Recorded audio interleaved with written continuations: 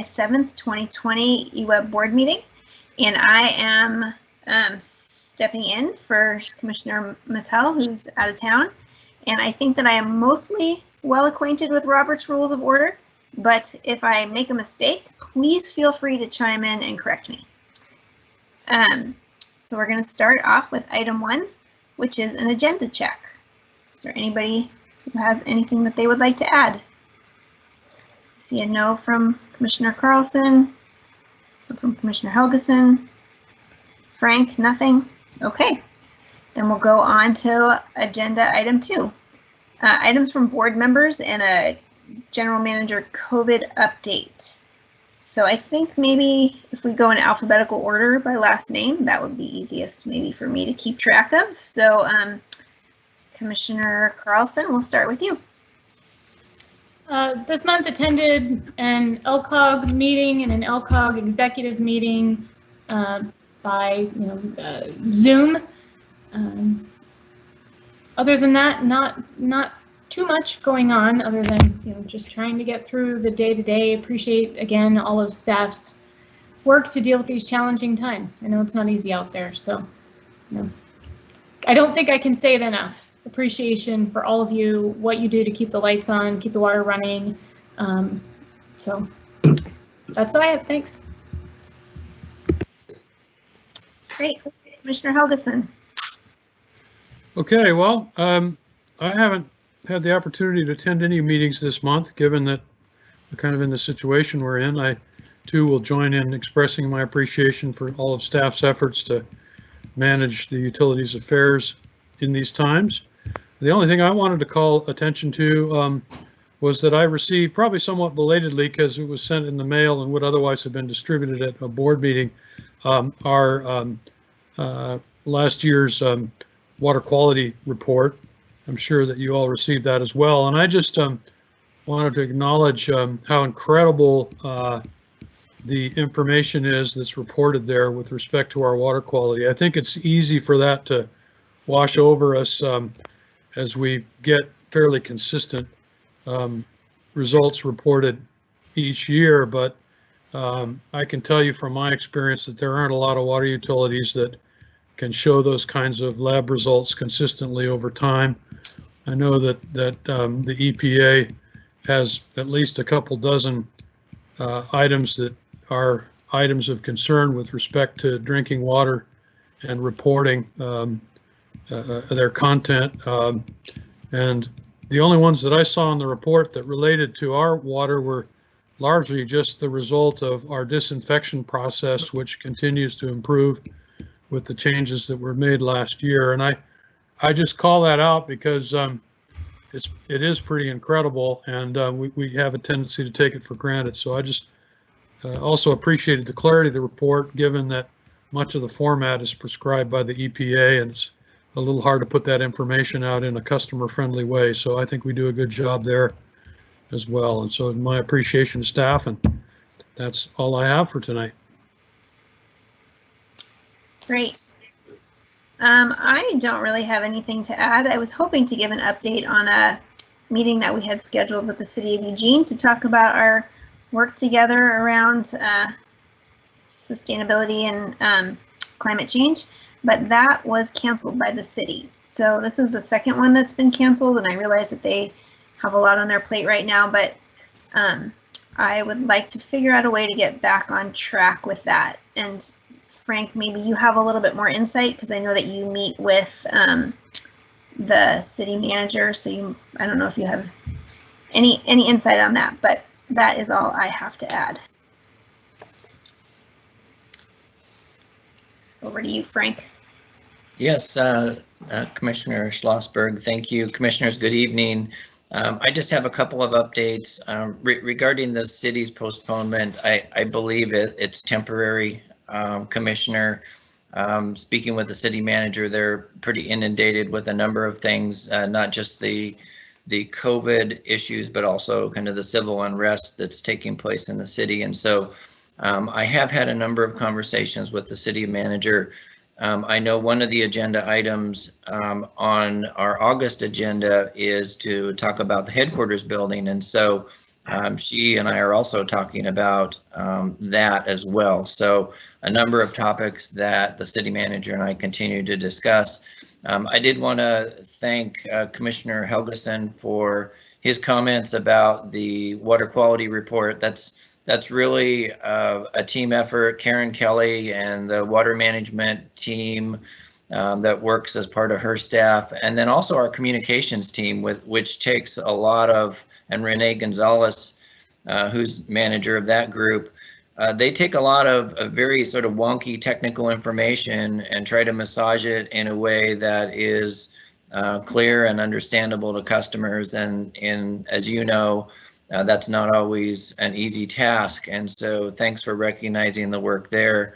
I wanted to acknowledge Andrew Llanos and kind of the staff and the team that he put together to help the Oregon Department of Fish and Wildlife with some temporary electric service to help with the fish sorting and counting and hatchery on the I guess it's the left bank at Leeburg. We've done some and are doing some work with them to help facilitate that. And so Andrew and really the multiple departments that have kind of worked with him on that deserve some acknowledgement.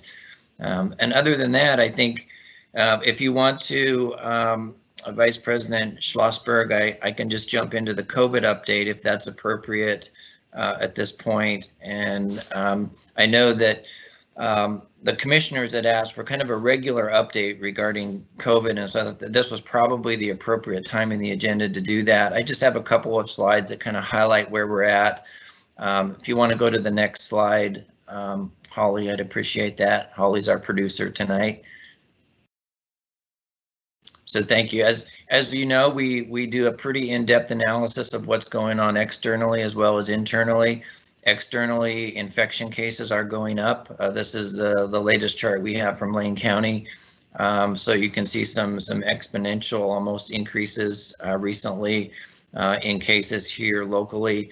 On the good news side, hospital capacity remains really good in Lane County. I actually don't believe there's any hospitalization cases as of this morning. And so that's just one of the many factors we look at externally. Next slide, please. We do have a pretty organized, intentional approach to kind of our crisis response. We are in what I would term somewhere between reintegration and recovery. You can kind of see the highlighted yellow.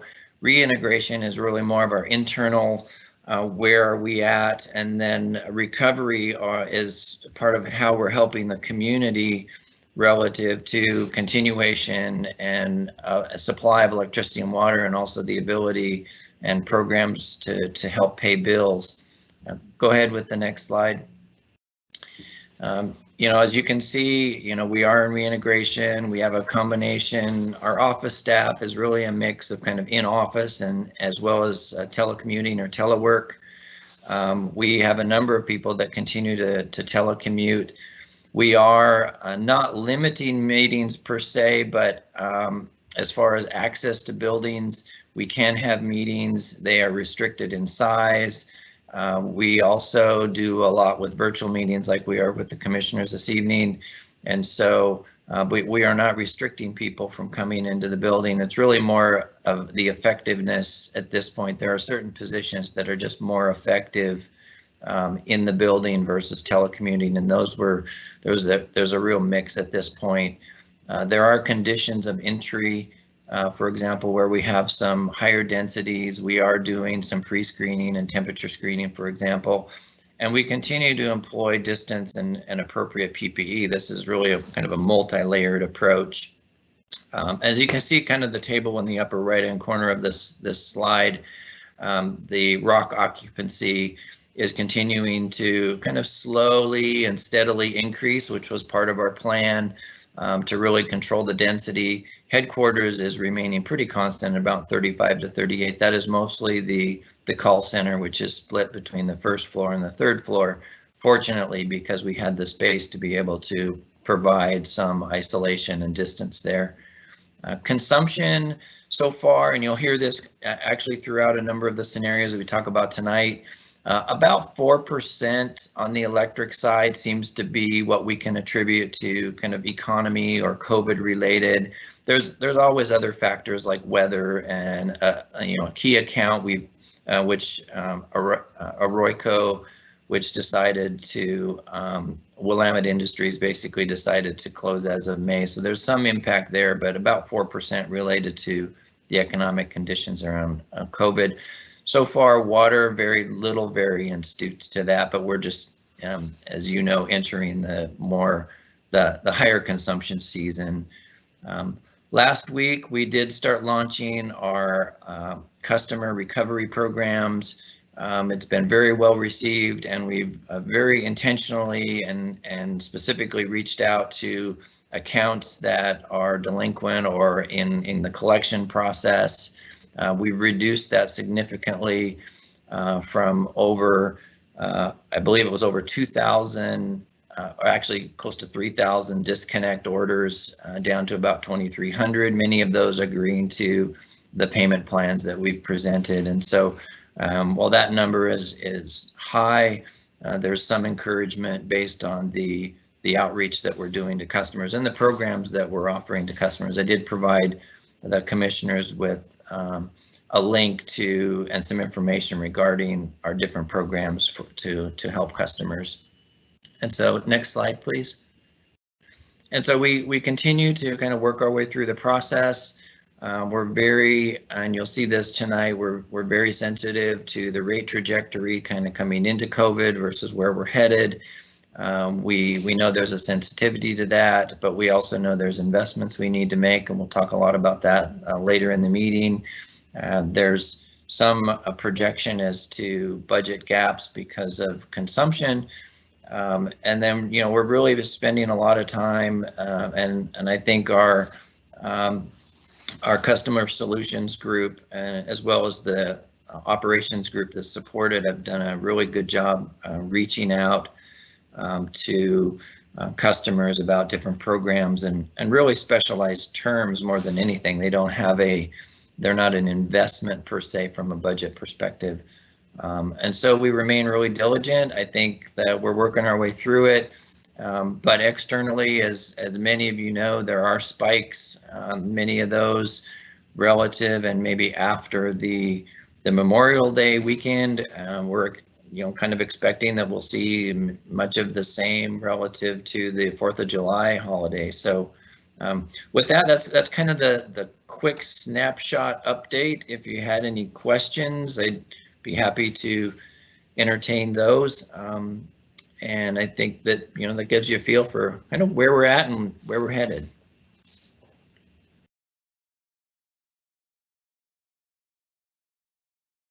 I think. Carlson, you have a question? Yeah, real quick. So you said that we're getting the number of accounts that are past due kind of down.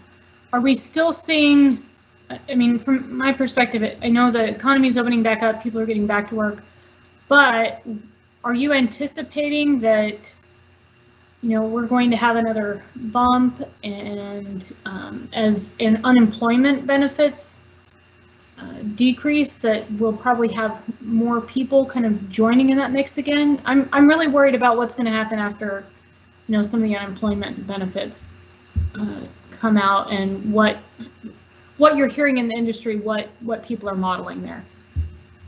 Yeah, I think as far as what we're hearing in the industry, a lot of the same numbers relative to decreased consumption. We are hearing that other utilities do have an increase in the number of past due accounts. We have seen an upward trend. I think what's interesting is our more recently, through kind of aggressive outreach, I would call it, and very intentional outreach, we've gotten a number of customers to sign up for more of a payment plan.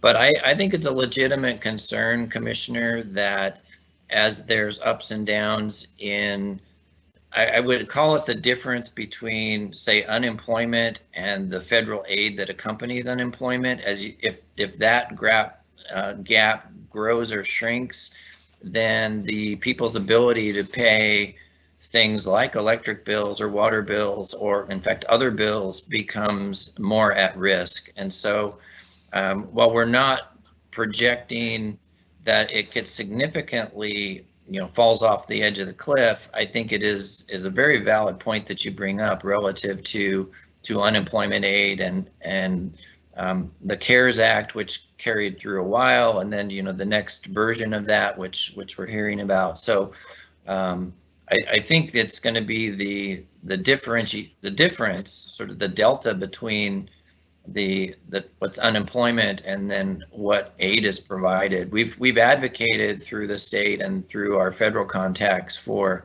direct aid, as opposed to tools such as moratoriums on disconnects and things. I think direct aid is probably a more effective way. So, but it's a very legitimate concern that you bring up.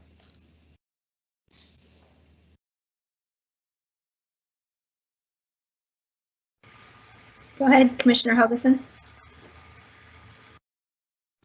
I just want to chime in, sharing that concern. For me, it would be premature for us to take further action at this point, but I certainly would hope that you would monitor things in terms of what staff is seeing and experiencing, and when you reach a point where you feel like the resources and the programs and the flexibility that we've afforded to this point, combined with whatever the feds are doing or not doing, if you see us reaching a point where we need to revisit that conversation, I'd rather be out ahead of that than, at least in terms of our thinking about what the options are.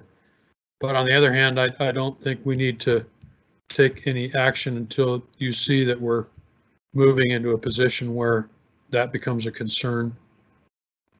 Thank you. Yeah, thanks, Commissioner Helgeson. I agree. I think it's part of, we've started looking at our aging numbers in a lot more discrete and detailed way, partly to get some pre-warning or pre-trending as to maybe future problems. If, as you know, as you've been there, if you wait till the 80 or 90 days late before you start doing anything, then it's too late. So we're starting to look at the trends early. Deborah Hart and her team are really constantly trying to look at those numbers. And if for any reason we think we're getting to an exposure level, or we're outstripping our ability to handle that type of risk, we will raise our hands and come back to the board and with some, not just what the problem looks like, but also potential solutions. So I think that appreciate that very much. Just another quick thought on that, and that's that I appreciate that we are making extended payment arrangements, and that seems to be a mechanism that's in some ways responsive. I do have a concern, though, that as we move into the fall and certainly the winter, people's bills will be going back up. And, if they're not able to work off their arrearages between now and that time, then they're kind of pushing a rock uphill. So I think it's something that we have to balance and pay attention to. And I think your eyes and ears are the best reconnaissance for us, so just keep us informed. Yep, absolutely, Commissioner. I think it's a great point. It's part of why we really wanted to get started now. I think that just the consumption levels over really now through, October, maybe November, are at a level where there is the opportunity to do that. Once you get into the winter months, when the electric portion of the bill starts to increase dramatically, it's a tougher challenge. So I think really, keeping track of this over the next several months is going to be important for setting us up for maybe a more difficult period, depending on the timing of aid packages versus where we are in our overall COVID and unemployment and post-COVID economy. I think that's an incredibly important point that that you bring up. So kudos to the team for really starting to push through that now, but definitely your concerns are warranted, and we'll keep you posted. And I think that's part of why Mindy and Steve wanted to have a COVID update as part of the normal board process. Is just, you know, where are we at with things like this? And I think that's a good thing to do. So I'm fully in agreement with that. Great. And I believe that Commissioner Brown has joined the meeting. So if you are here, John, and would like, if you have any items that you would like to add, this is your time to do so. Can you hear me okay? I've been here since the beginning, and I didn't know why I wasn't included, but that's okay. I'm seeing everybody and hearing everybody, but anyhow, yeah, no, items from the board members. I echo what Dick said about the water quality report. I appreciate it. Frank, your COVID update, that's very informative, but what does, you know, from 3,000 to 2,300, that's still a lot of people that aren't going to be able to have a refrigerated food in the summer. And if it's that bad now, the winter is going to be, there's some trends I've seen that are not very pretty. What does 2,300 shutoffs relate to? How was that a year ago at this time? Yeah, I think typically we're in the few hundred range. If you remember, right, a few years ago, it was probably a couple thousand. We've worked through a number of different processes to lower that. We got it down to a few hundred, which would be normally what we would see. If I remember right, it was about 300. Now it's sort of spiked up to 3,000, and we're working our way back down. I would say that of that 2,000, 2,500, whatever the number is, 2,300. There's most of that is residential. Some of that is a small business, but it is definitely higher. Certainly something that we've also kind of included in our budgetary and financial process thinking. And when it comes to risk mitigation, I think it's an absolute important number to keep track of. And your point is, as well as the other commissioners, is valid. It's an indicator of sort of economic health and also one of risk from our perspective. So if there's things where, maybe there's one-time reserves that are used for certain things, if it comes to that, then we would be talking to the board about that. But it's something we're actively working now. I think there's an opportunity to actively work it, but we don't want to do it in an ignorant way. And so as we go through the summer, we'll keep the board posted as to what those trends look like. But relatively speaking, it's significantly higher than it was a year ago. Thank you. All right, thank you for that. I echo what everybody else has said, and additionally, I just worry about in the wintertime when children maybe are at school during the day and parents are at work and they're not usually maybe needing to heat their houses during the day, and what's going to happen when everybody's home in the wintertime. Just making sure that everybody can stay safe and warm. But it sounds like we are on track with monitoring that. So I appreciate that. Thank you. Yeah, thank you, Commissioner. Okay, so we are moving on to action item 4, which is approval of consent calendar A. Move to adopt.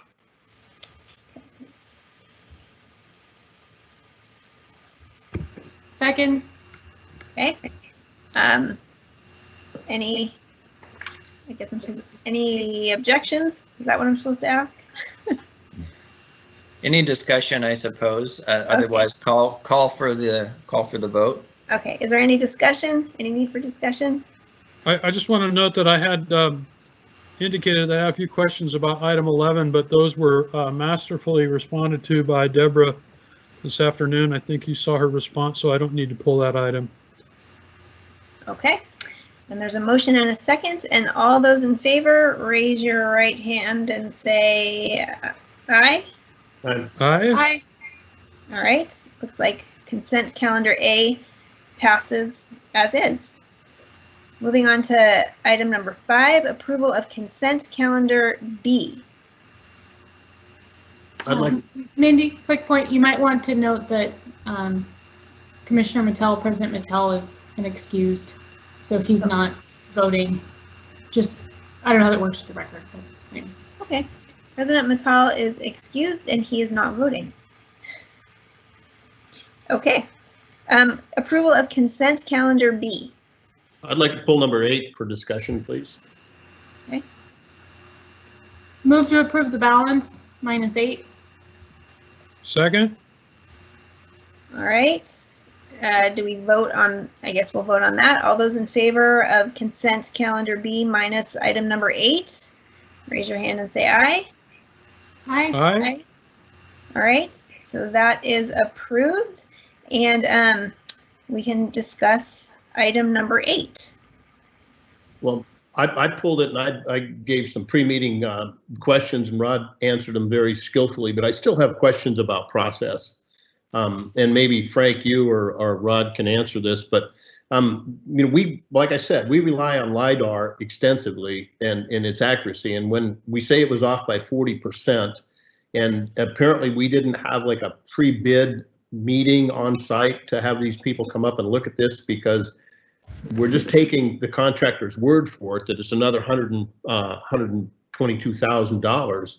The whole process kind of bothers me about the way this has come down. So can you shed some light on how reliable LiDAR is, because we use it to do all our riparian areas? And number 2, do we have a process where we do, you know, pre-bid walkthroughs to say, you know, I do logging and things on some of our properties, and I understand the issue here, but the process just doesn't seem right to me. Could you maybe help me get through this? Yeah, I'll mention a couple of things, and then maybe Rod can embellish this a little bit. I think, you know, we do use LiDAR for a number of different purposes, and I think, you know, one of the lessons learned from this process in particular, relative to, you know, a forestry type of application where the larger trees were counted accurately, but some of the undergrowth and smaller trees were not. I think that it has its limitations, and it's probably, you know, lesson learned. We would probably do it a little bit different next time in this kind of application.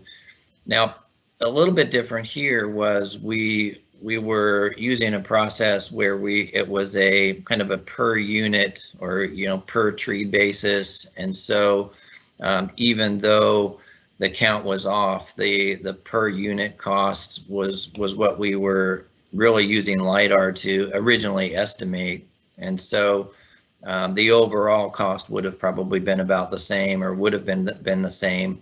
But I think there is a lesson learned relative to where you can use LiDAR effectively and maybe where you would not use LiDAR effectively.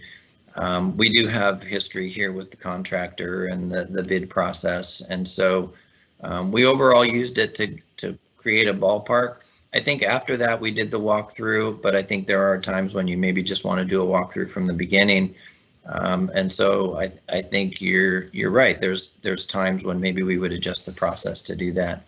I don't know if Rod wants to jump in and add anything more to that, but I do think that because this was a per unit process that or proposal, that the cost went up because the units went up, and then the administrative fee was held the same. So yeah, I think there's some lessons to be learned in the process there. Rod, did you want to add anything to that? Yeah, I guess the only other thing I'd say real quick too, though, that since this is not really a timber harvest per se, it was more about a habitat mitigation, that the other part to the bid was really based on experience manipulating the undergrowth and managing that part of the project. And so we've had past experience with these folks, this contractor before, so they were the clear winner in this particular bid anyway. And so yeah, absolutely lesson learned. We've talked about it as a group that we'll do a walkthrough next time and take a little extra time. LiDAR though is a very useful tool. I'm not sure if we are working on a new LiDAR contract to redo the basically our whole area with the Forest Service. That So we'll be getting some more LiDAR information, but it's a very useful tool and very accurate for what it is and what you actually contract it for. You can get as accurate as you want. And I don't know the particulars on this LiDAR data set, but I'm guessing it wasn't set up for the undergrowth. So yeah, it's just kind of it's one of those lessons learned. But I would also say that we have really good experience with this contractor, and we've also verified this with staff in NWA. So we don't feel like we're getting overcharged here. Okay, and just a clarifying question, because I had a question from a couple constituents about, Forest Service has done this before, trying to mimic Mother Nature by putting the woody debris in the stream for fish habitat, and I like that, but they're not doing it. They're not taking the root wads, and so the last time I think they did this, they said in the last flood, all the stuff just went down the river because they're just cutting logs, and that's not mimicking Mother Nature. They're cutting the trees or putting them in the river, and then when it floods, all the logs go down the river. Are they going to do anything to put root wads or leave the root wads on the trees, and so they don't just roll down the river when it floods? Yep. Now you're stepping into Mike McCann's territory. Mike, can you address that at all? Happy to. And yes, Commissioner Brown, the contract is that's part of the advantage of having Mackenzie Watershed Council manage the logging for us, is that they're getting the trees exactly as they want them for their habitat, and so they're leaving all the root wads on. Thank you. Yep, and so that's all going to be good. Thank you very much. That's very good answers. I'm ready to. I'm done. I'm ready to vote. Yeah, I think Commissioner Brown, though, I would like to acknowledge that well, it may not have changed the outcome in this case. I think your point is received relative to evaluating the process going forward and LiDAR and its applicable uses. So we want to acknowledge that from the point that you bring up. So thank you. Thank you.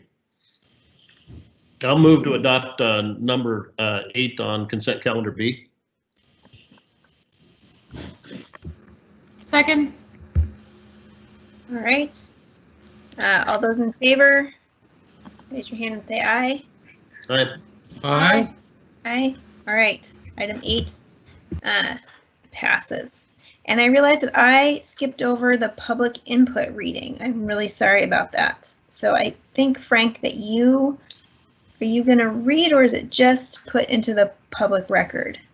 Well, I guess you can sort of open the public testimony portion first, Commissioner Schlossberg, and then I will take it from there. There's one that was short enough that I will read, but I will acknowledge the 2 pieces of public input correspondence that we got. So if you want to open the public input to start, then I will take it from there. Okay. I am opening the public input portion. Great. Well, thank you, Commissioner. We received 2 pieces of public input. One was from Will Rutherford that we would acknowledge. It was regarding and passed along to commissioners relative to the upriver cost of service analysis. And so it was approximately 5 pages, well written from Will. Will Rutherford is, for the record, a resident of Vida. And so he's provided that, and we will attach that as part of the minutes for future review as part of the record. The other piece of correspondence and testimony was received by Webb Sussman. Webb Sussman is a resident of Eugene, and I will just read that into the record. And it says, so here we go. To Mr. Lawson and the board, the Springfield Utility Board is moving forward where EWEB is stuck back in the 1900s. An example, Greetings Technology Association of Oregon in the Southern Willamette Valley. I'm Sally Bell, the new Vice President and Executive Director. And I have some hot off the press news to share about fiber in Springfield, net neighborhoods, and now live this week, thanks to Springfield Utility Board and XS Media, to increase community access to high-speed internet. XS Media is the first provider installing fiber in Springfield homes and businesses for this program. The Net Neighborhood concept is part of the Springfield Infinet suite of telecommunications infrastructure tools and is the first of its kind in Oregon.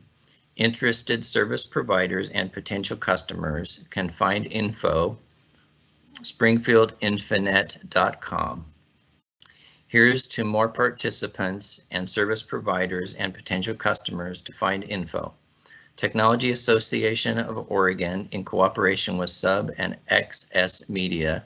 If you're interested in service like this, apparently, excuse me, here's more to come in partnerships, innovation in our neighborhoods, unquote. So here's where Webb picks it up outside of the quotes. Technology Association of Oregon, in cooperation with Sub and XS Media. If you're interested in service like this, apparently you can either move yourself or your business or both to Springfield and join the 21st century, or you can elect new EWEB board members in the upcoming elections. If I sound a little frustrated, it's because EWEB has been, quote, discussing, unquote, this type of service for the past 25 years. Sincerely, Webb Sussman. This will also, commissioners, be put into the minutes. There was one sentence in there I got a little bit mixed up on the lines at the very end, so I apologize. But I think you got the gist of the email from Mr. Sussman. And I think with that, Vice President Schlossberg, you can close the public testimony, and if there's any commissioner comments, they can go from there. Okay, I'm closing public input. And is there anybody who would like to say a few words? Commissioner Helgeson. I just quickly would want to respond to the testimony that you've just read from Mr. Sussman. I don't agree with the notion that we're behind the curve on this. My experience is that we're actually ahead of the curve in terms of having installed a significant investment in fiber optics in the community, which we've used, among other things, to provide high-speed internet to the schools, and more recently to a major upgrade to internet service in the downtown area, and also to participate in the public area network by contributing fiber to that. So I think we've been just as much or more assertive in this arena. We've just chosen to prioritize that work differently. I think the other thing that I would comment on is that the reason that we have not, to this point, looked at broader deployment community-wide is because we were unable and have been unable to find a way to do that cost effectively in ways that would allow us to be competitive.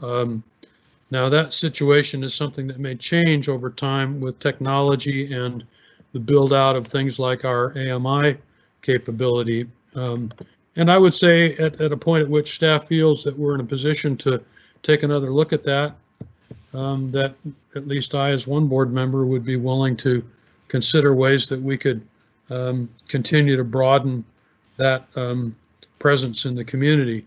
But I think we have made those investments and that the community has benefited in very significant ways. And we continue to have an interest in broadening that where we can cost effectively. I'd be interested in knowing more. I'll research on my own more about what Sub's doing to see if they found something that might be adaptable for us. But I would disagree with the characterization that we are behind the curve or have not made those investments for the benefit of the community.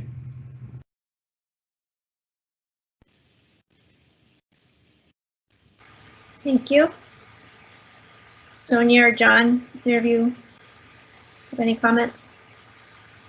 None from me. None from Sonia. I guess I would just like to say I'm interested in the argument that Webb poses. I don't really know much about it, so I'm interested in just hearing a little bit more at a different time about our history of what we've done with that. I do believe that our internet should be a public utility. I don't know that our water and electric board is the one to take that on necessarily, but I'm open to learning more about that. So thank you to Webb and to Will for submitting public testimony. We're going to move on to our general business items. Item number 7, electric and water long-term financial plan and update, and our 2021 budget assumptions. And it's going to be presented by Deborah Hart, the Chief Financial Officer. So I'm going to hand it over to you, Deborah. Thank you, and good evening, commissioners. We are here this evening to share a long-term financial plan update, as well as get direction on our budget assumptions for 2021.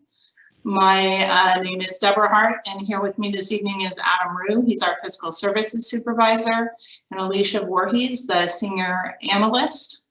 And then we also have a special guest appearance in this presentation from General Manager Lawson. So tonight we plan to talk a little bit about where we are to date, after which we'll review the long-term financial plan and the proposed budget assumptions. We'll be sure to leave time for board discussion and direction. Frank, though, is going to start off with some context around our planning process and the economic conditions. Frank? Yeah, thank you, Deborah. I don't know that I've ever been termed a special guest before, but I appreciate the characterization. Commissioners, I just wanted to start up with a couple of slides. Some of this you know as commissioners, but I also wanted to make sure that people who may be tuning in from the general public or others even within staff kind of understand how this process works. There's a number of moving pieces, and so I wanted to kind of run through how the long-term financial plan and capital plan and strategic plan and budgets kind of all fit together. It's not necessarily a linear process, but I'll kind of start on the far left side of this slide. The two areas in yellow are really what we're asking the board for tonight. It's for guidance around economic assumptions on the long-term financial plan. Those obviously work in concert with the long-term investments that we make around capital planning, and so guidance around priorities with that, and those definitely work hand in hand. We tend to take a 10-year view, at least on paper, with that. I know that Deborah and her team look beyond the 10 years, for example, when it comes to the financial metrics.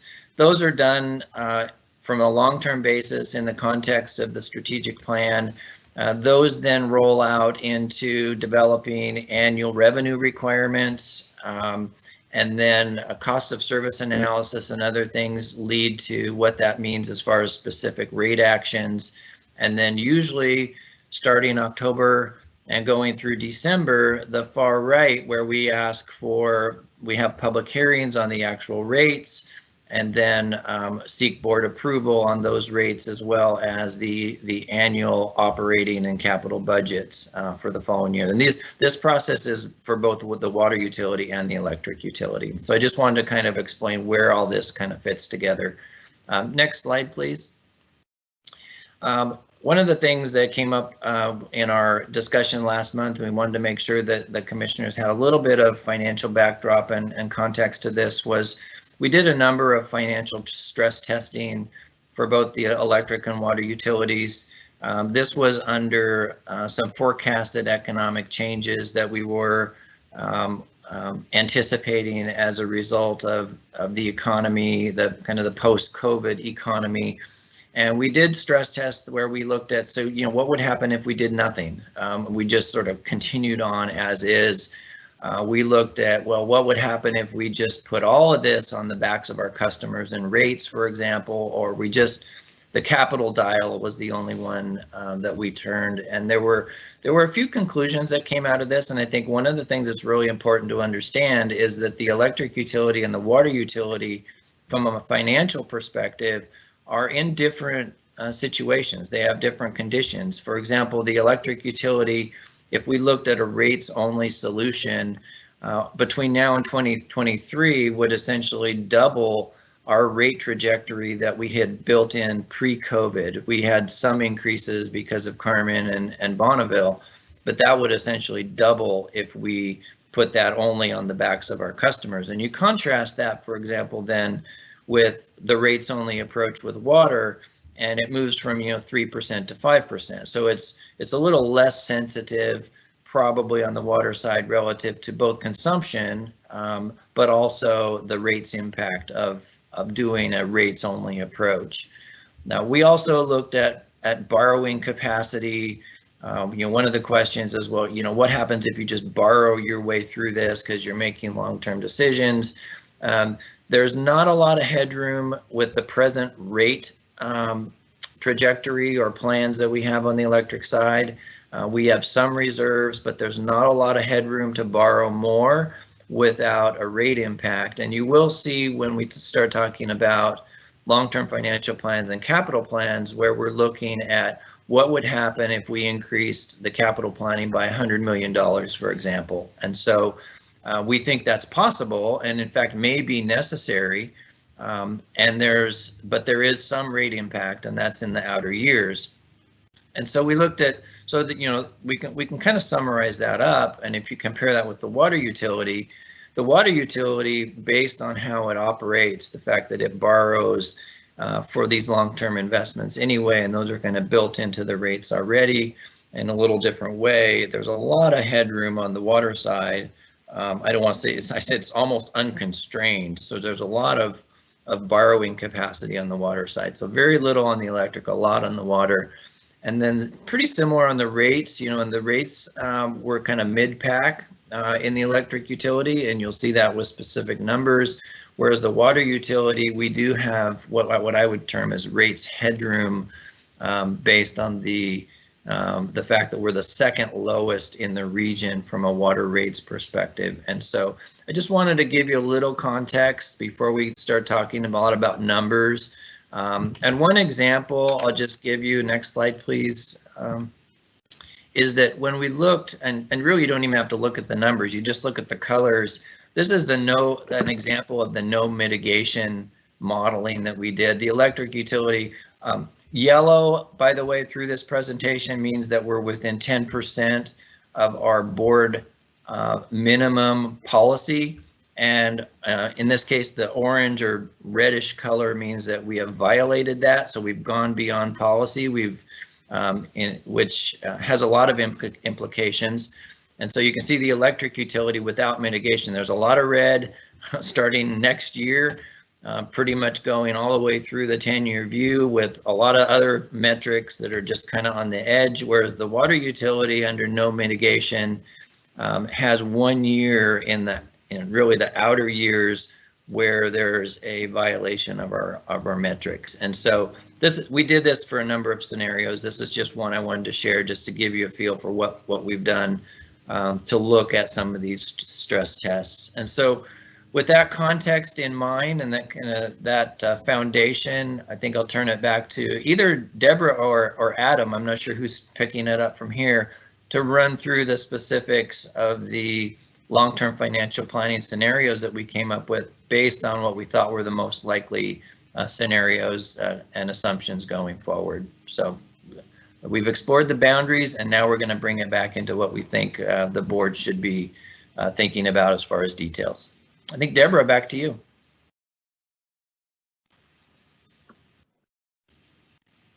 Deborah, I think you're on mute. I was, sorry. Before we launched into a discussion on 2021, I did want to just take a moment to make sure that we were caught up on where we were year to date. As Frank had mentioned, the water utility hasn't seen a drop off below budget in consumption yet. It got off to a very strong start of the year. However, June consumption was the lowest that it had been in years. Still above budget, but lower. And we are coming into our heavier consumption months, and that trend may change either through weather or our customers considering their irrigation usage. The electric utility is definitely a different story. Warm temperatures earlier in the year and the loss of a major customer already put pressure on the utility even before COVID.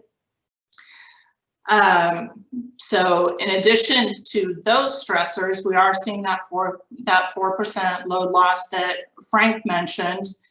We are monitoring the industry analysts. We're looking back at the last recession, our unemployment figures, and that really tells us that this is consistent with the economic conditions that we're experiencing right now. So in addition to the decline in consumption, past due balances do remain high. We spent a lot of time on that. So I'm just going to say that we are watching it really closely. And I had hot off the presses numbers that Frank didn't have. We have about 600 payment plans in the pipeline right now of those customers who are very past due. So that's been really good work. And our customers have been really appreciative. The customers who answer our calls are really appreciative of an option for them to help dig out of that hole. So, hey, Deborah, I'm sorry to interrupt. I just, for the record and for commissioners, I just, some of you may or may not just got a text from Sonia Carlson. Apparently she is texting that was told that her building is on fire and she was asked to evacuate. And so hopefully everything is okay with her, but I think she may have dropped off the meeting because of that. And so Vice President Schlossberg, I wanted to make sure you were aware of that. I didn't know if you got that hot, that's really literally hot off the press information. So Deborah, sorry to interrupt. I just wanted to make sure that commissioners were aware of why Commissioner Carlson dropped off the call. Well, timing was good. I was just about ready to pass it off to Adam if we could get the next slide.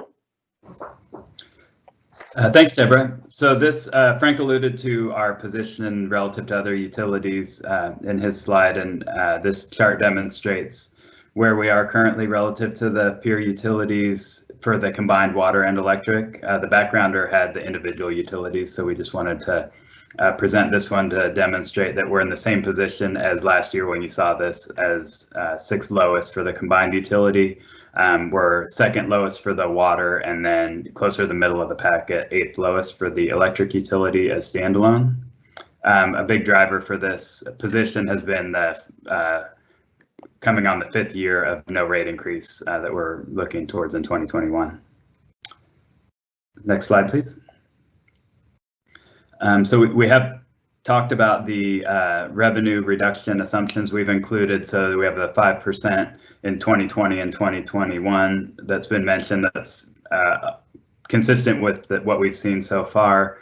We have assumed reductions in 2023 and 2024 as well. So some of the cost reductions that we've been mitigating the lost revenue include lower inflation assumptions for both labor and non-labor costs, as well as reductions in travel and training budgets throughout the plan. And we've incorporated the capital improvement plans that Rod will be talking about later in the next presentation. So those are incorporated in these financial plans as well. So next slide, please. Thanks. So we have included several scenarios for either utility, so I'll spend a little bit more time in the first slide here, but there'll be 3 for water, or 3 for electric, and then 3 for water, going through the assumptions. But just to provide the context in the first slide here, the board target for the cash and reserve balances is represented in the green kind of background on the chart. The bars represent our projected cash balances, so you can see we're above target within each of the years. As Frank mentioned, in the yellow on the top line in the middle table is where you can see we're approaching target. Debt service coverage is the red line, and you can see that's really the constraining factor throughout the plan in terms of our cash flows and borrowing. So we're approaching that throughout the plan in the near term and the long term. The rate trajectory that's incorporated is consistent with what you saw last year. So the only rate increase that's included is really when we picked up the 10th year being what's an assumed Bonneville rate increase, where we model every other year the 6% Bonneville that corresponds with 2.5% for EWEB customers. So other than that, the rate trajectory is very consistent with what you saw last October. It's very uncertain that 2030, since that'll be a new contract year, but we've just continued to model that assumption until we have more information. In addition to the 5% load loss we have for our commercial, or for our residential and commercial customers, we've also assumed a reduction in, or the loss of Arauco that Frank alluded to earlier. So that's incorporated in the plan as well. And in terms of resources, this does include the Lieberg outage throughout 2021, which was discussed at last month's board meeting. So we've assumed no generation in that facility throughout the 2021 until we have more information on that project. So next slide, please. So this is what we've characterizing as the constrained scenario, which is a $25 million reduction in capital. Rod's presentation will go into more detail of what that looks like in terms of trade-offs for reliability and other factors in the capital planning process. But for financial planning, you can see that does provide a little bit of additional headroom in the metrics in the out years where those reductions are occurring. But the plan looks relatively consistent and has some different borrowing and reserve utilization assumptions, but for the most part, the other assumptions are the same as the as planned scenario. So next slide, please. So this is the expanded capital scenario. This one is assuming an additional $100 million in capital expenditure. Rod will talk more about what that would look like in terms of capital planning and capital investment decisions.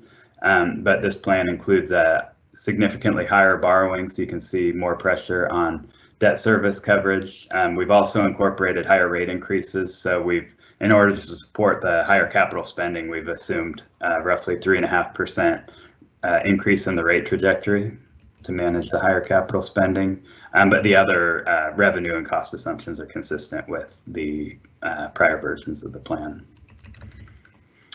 So moving to the water utility, as Frank mentioned, the circumstances are a bit different for the water utility as the electric utility.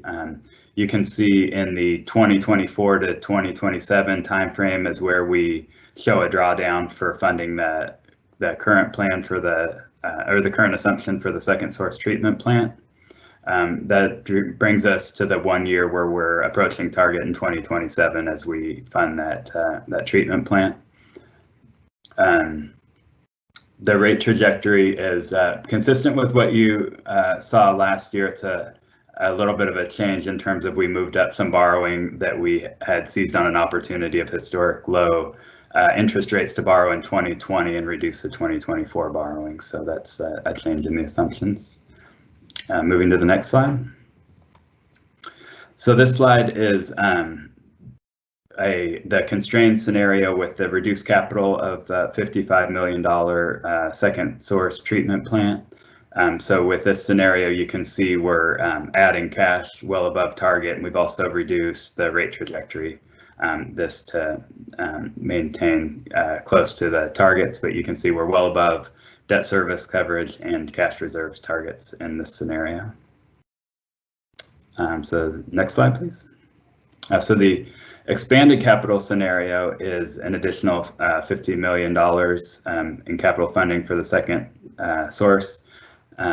This includes higher capital borrowing, and you can see in this scenario the water utility does approach those debt service coverage metrics and is challenged in that way. And it additionally includes a roughly 3% rate increase in the rate trajectory. So higher borrowing, higher rates to fund that second source treatment plant.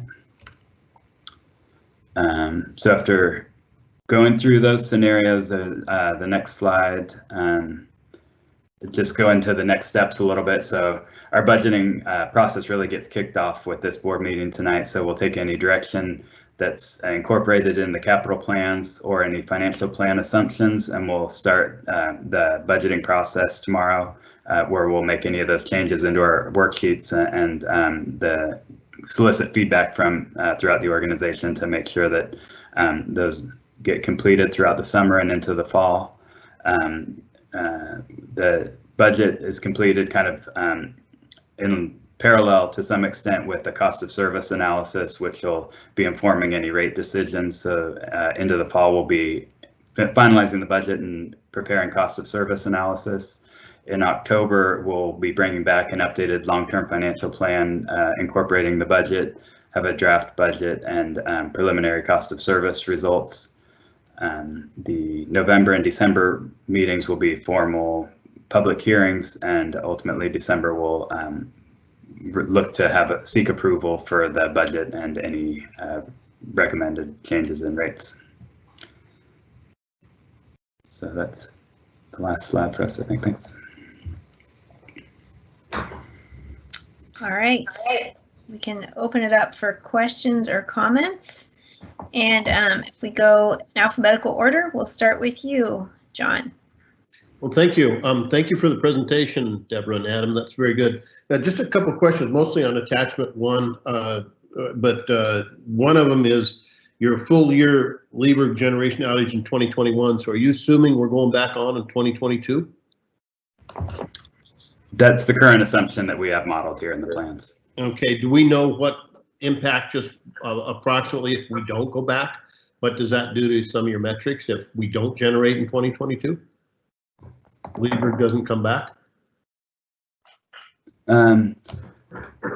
So I think an extension into 2022, there still seems to be some headroom in there. I think it'll be probably a bigger issue for the metrics as we go into 2023, where we're challenged again, but we'll be incorporating those, and presumably by the October board meeting, when we bring back the financial plans, hopefully we'll have more information on the duration, but the most recent information that we have was an extension through 2021.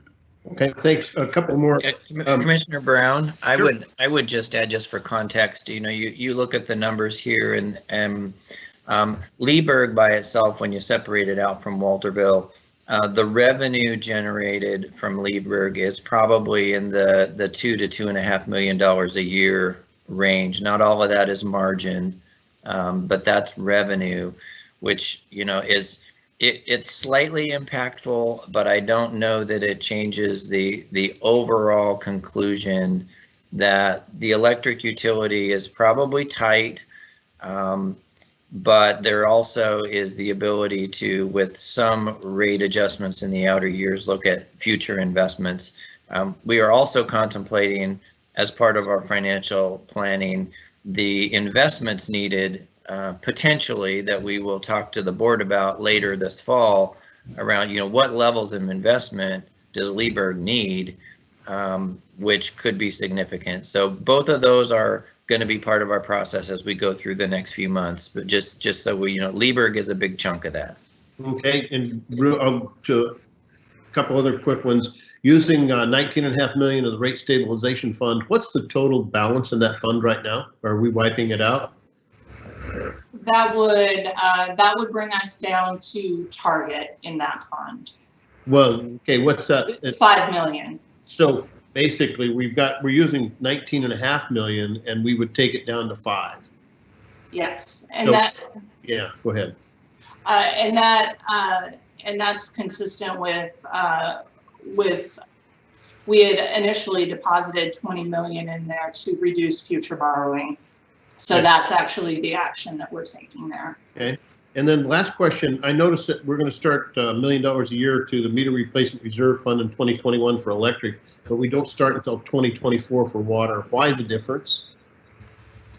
The water meters have a little bit longer life, and what we're trying to avoid there is that lump in the snake where we need to replace a bunch of meters at once and have that reserve available to fund those. Okay, thank you. Thank you very much. Good answers. All right, Commissioner Helgeson, have any questions?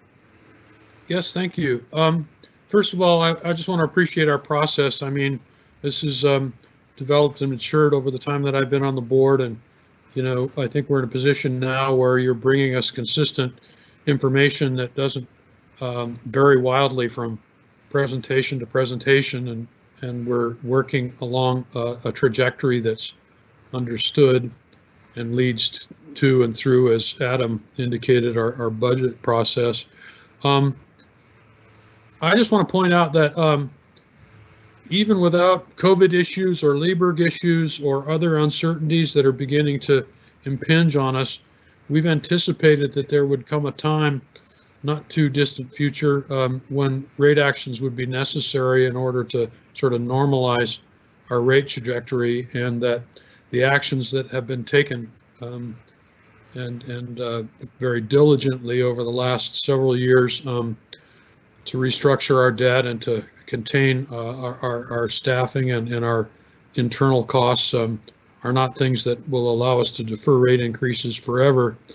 So, you know, we're faced with some uncertainties now that make that potential problem even more acute. So I just want to say, first of all, that while I recognize and appreciate that avoidance of a rate increase next year is probably an appropriate consideration, that I don't want to see us dig ourselves a hole or develop some kind of bow wave that becomes a difficult problem for the new board, I'll call it, as people take up their new terms.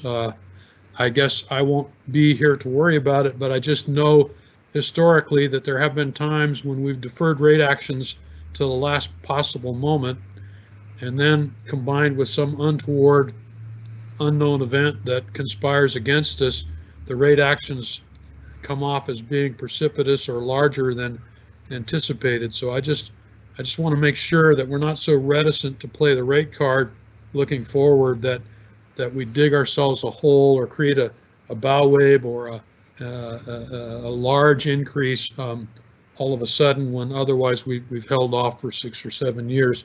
I also want to say that the levers we have to reach to in order to manage a situation like this, obviously you can deal with rates, you can borrow more money, but I would say that when we're in a situation where additional borrowing just drives the rates up because of our debt service coverage requirements, that suggests to me that maybe we're potentially close to being leveraged as much as we can be, because you want to avoid a situation where the debt service coverage is driving your rate equation. I think we can cut costs, but that's a long-term efficiency play that you work year in and year out, and you can't do things that are precipitous. Maybe you can do that temporarily, but not to solve problems that go forward. So you can defer capital, but that too has consequences, and you can draw to some extent on reserves, but reserves are not inexhaustible, and you know, the relief they provide with respect to ongoing costs like BPA rate increases is only temporary. So I just want to caution that we not, you know, get so used to keeping the rates at the same level that we buy ourselves a problem down the road of significant proportions that's exacerbated by some of the uncertainties that are coming to the fore. So thanks for that opportunity. Okay, I don't know if there was a question in there that you wanted responded to, or just that was just your thoughts, but also.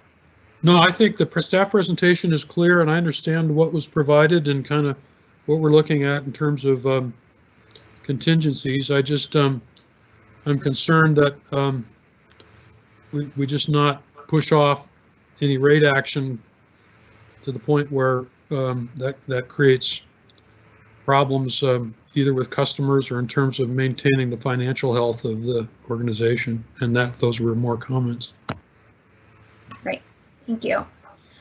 So I have a comment that kind of piggybacks on what Dick has just said, and I understand that the need to make sure that we are that we don't push off any rate increases or anything like that. The thing that just comes to mind to me is when you gave the presentation, you talked about where we are, where our rates are compared to other people in the region.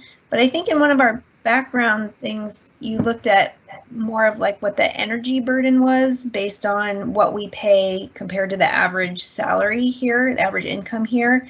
And it just looks a little different just because our average income here is lower than some of our comparators. And so that just causes me a little bit of concern if we are going into a recession, that just looking at the energy burden that we have versus just the raw rate, comparing rates across the region. So it's just something that's on my mind. And then I do have a question. I'm just wondering, is there any talk of any kind of like recovery funds or anything from the federal government or the state government that might help us out? I know that a lot of money is going into PPP loans or unemployment, but I'm wondering if for utilities, is there any talk of any kind of help? So Frank, you had your hand up. Oh, I was going to address a couple of things when it was my turn. I think that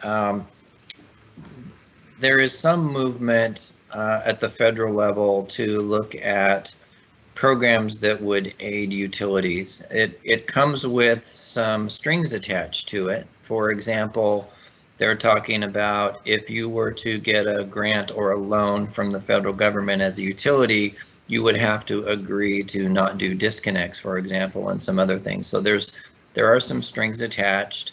That has not been approved at this point. There's also some Infrastructure Act work taking place, so that would actually help an EWEB potentially because of the heavy investment that we make in infrastructure. So not a lot of direct aid. They did, the state of Oregon did increase aid for the electric customers. They did not do that for the water side. However, some of that is because there are hundreds of water utilities because of, every little utility can become a water supplier can by default become a utility. So we're keeping an eye on that. Most of it may come through infrastructure funding as opposed to just crisis aid. And if it does come through crisis aid, it's going to have some burden that is associated with it. Your other comment, Commissioner Schlossberg, around so I really agree with both you and Commissioner Helgeson when it comes to looking at the different levers. The rates is one of the tools, reserves is one of the tools. You look at spending, you look at costs, you try to look at all that in balance and context. We specifically look at the utility burden.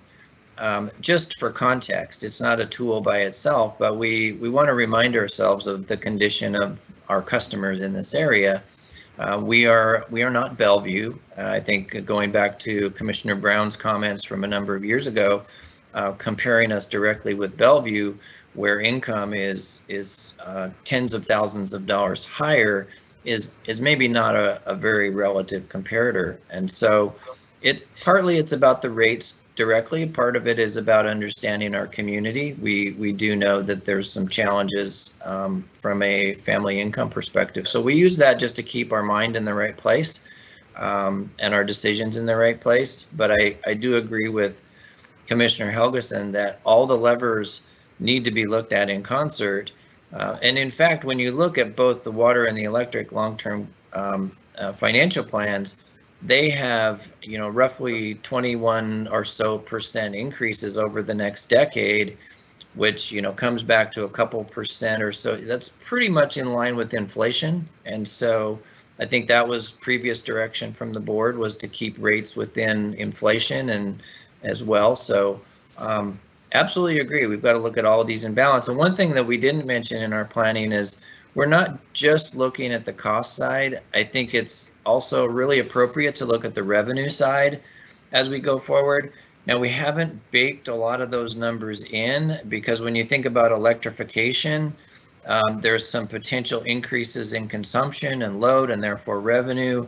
Those will tend to be a little bit more longer term or require incentives either from the state or the federal government or EWEB.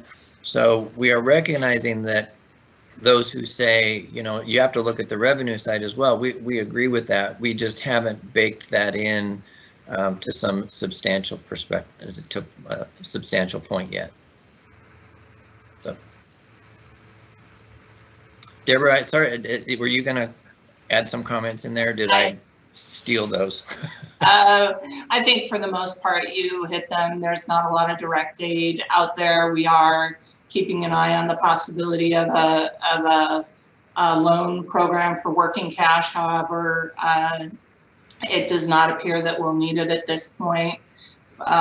Some folks have done some good work in getting reimbursed for PPE expenditures, but otherwise Frank covered it.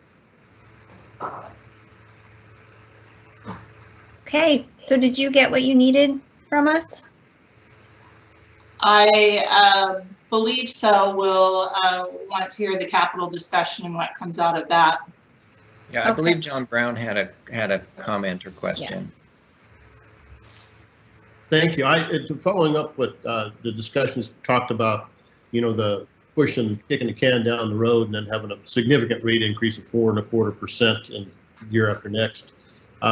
What's it going to take to see if we decided that we wanted to see what the long-term plan looked like if we raised rates 1 or 2% next year, and what that would do to these projections, just to have that information at the next meeting so we could consider that, because to go nothing in 2021 and then 4.25%, 2.5%, 4.5%, at all those increases, to Dick's point is to kind of soften this a little bit, because we haven't had a rate increase in 5 years. Is that anything that anybody else wants to see to kind of soften it? Because otherwise, there are going to be pretty significant raises coming up. Yeah, Commissioner Brown, I would say we can run a number of different models. Smoothing can be part of that. I'm not sure I would classify 4% as a large increase, but looking at 2 and 2 instead, there is a little bit of financial pressure on the electric side in 2021 and 22 as we kind of get into some of those metrics. But so we can slide that around as we go through the next few months and see how much difference that's going to make. What we've kind of found the last several years is as we approach the year, we have found that our conservative assumptions work out pretty well. And so, it may not be 4.25, it might end up being 3.5, or, it has tended to slide down rather than up. But we can run those scenarios. We can look at some early rate increase to smooth that. Yeah, and then just to follow up, and then to build that rate stabilization fund back up, we started with 5 million. We have apparently 25 million in the bank there now. Is that correct, Deborah? That is. Okay, and so it looks like we're depleting it all to keep no rate increases next year, and I would kind of like to think about building that back up, because we're using, we've been saving that for 5 years, we're using it all in 1 year. It seems like we're, if our goal was $5 million a year and we're using 20 million of it, and we have 25, that's a significant chunk of money for 1 year, and then we raise rates. I was just wondering how we're going to get that back up. Yeah, Commissioner Brown, we're not using that money because of sort of normal business. That was set aside specifically for Carmen, and so to offset borrowing for the lump in the oatmeal that is Carmen. And so if there are larger lumps in the oatmeal that we need to be saving for, I think that would probably make sense. But that had a very particular, we actually made deposits in that for specific reasons, and that was to offset borrowing for Carmen. And so that, we can build that back. We can establish a level of comfort that the board wants to establish there. But just that was built up for a specific reason. We're using the money for those reasons, and so that's why it's going back down to what the original board target was. Okay, thank you. All right, Dick, you get one more round. Just quickly following up on Commissioner Brown's comments and questions. So I understood, Frank, from what you said then that the use of the rate stability reserve funds as anticipated for next year is directed towards reducing what would otherwise be a larger debt issuance for Carmen Smith purposes? Yeah, that was the As original opposed to- intent for that deposit, yeah. Well, I know that was the original intent, but is that in fact what we're using that money for, such that our debt issuance is lower than it would otherwise been, which is consistent with that intent? Or as Commissioner Brown's earlier question suggested, are we using that money to cover groceries and revenue requirement that otherwise would drive a rate increase? That is, the plan has that money going to capital, not buying groceries. To your point, we want to make sure that we cover our operating expenses with current revenues. Okay, well, that's good clarification. I just would comment that when you use reserves to cover ongoing costs, all you're doing is postponing a rate increase, not really avoiding one. So I would fully endorse the use of our rate stability reserve for avoiding what otherwise would be debt service in the future, because that accrues to a rate benefit year in and year out. Whereas if we were using that money simply to cover some of our higher costs that otherwise would drive a rate increase next year, that's just at best a temporary measure. So I would be interested, like Commissioner Brown, in seeing at least some scenarios that would involve a modest increase next year. I don't mean that to be that's what I'm suggesting we do, but I don't think 4.5% is outrageous either. But I think if we're moving from a place of having had no increases for an extended period of time to having a series of what people perceive to be sizable increases year in and year out for a while, that's a tough road for a future board. And in the third year, it all comes home to roost, in my experience. Thanks, I'm done. Yeah, thanks, Commissioner. We actually got Commissioner Helgeson, and the comment you made about the use of reserves is absolutely the way we view it. Reserves are there for a specific purpose, to cover something that is either intentionally preordained or a one-time event. We do not believe that you use reserves for ongoing expenses or capital that would otherwise be funded in a different way. That is absolutely what we agree with. So thank you for stating that so eloquently. Okay, thank you for that presentation. It is 6:52 and we are almost exactly on our timeline for our agenda, and we are slated to have a 5-minute break. So we are going to take a break and we will come back at 6:57. And I believe that Commissioner Carlson will rejoin us then.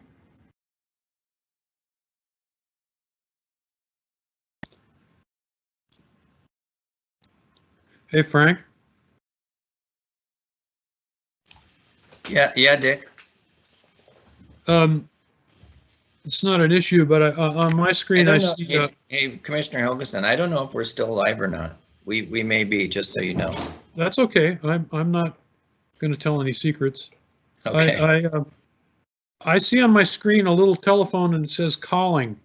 Do you have that as well? Do you? I do, and I don't know what that is. That may be.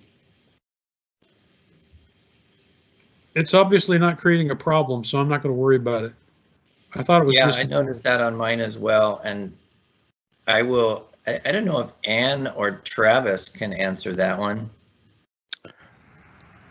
The good news. I defer to Travis because I'm not seeing that in the producer view.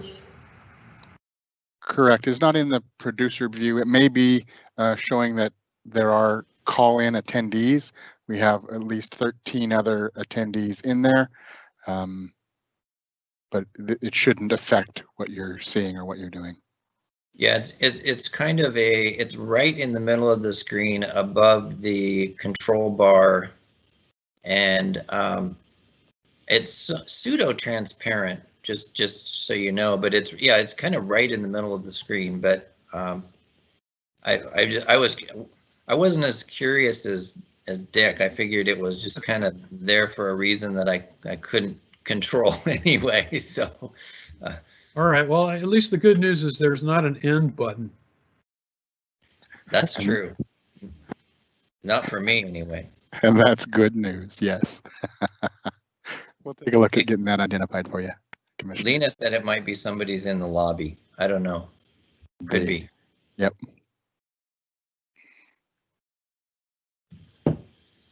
Thanks, Lena.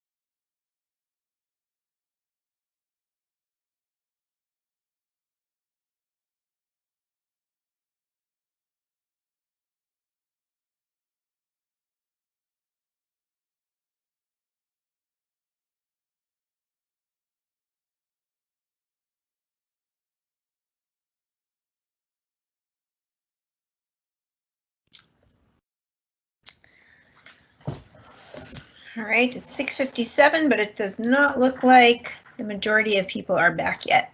So we'll give everyone another minute or so. Oh, here we are. And Sonia, are you back with us? Do we know? All right, I am back. Thanks for the indulgence there. That was a bit scary. The the fireman banged on the door. I don't know if you saw me jump about a mile off my chair, but the fire is out.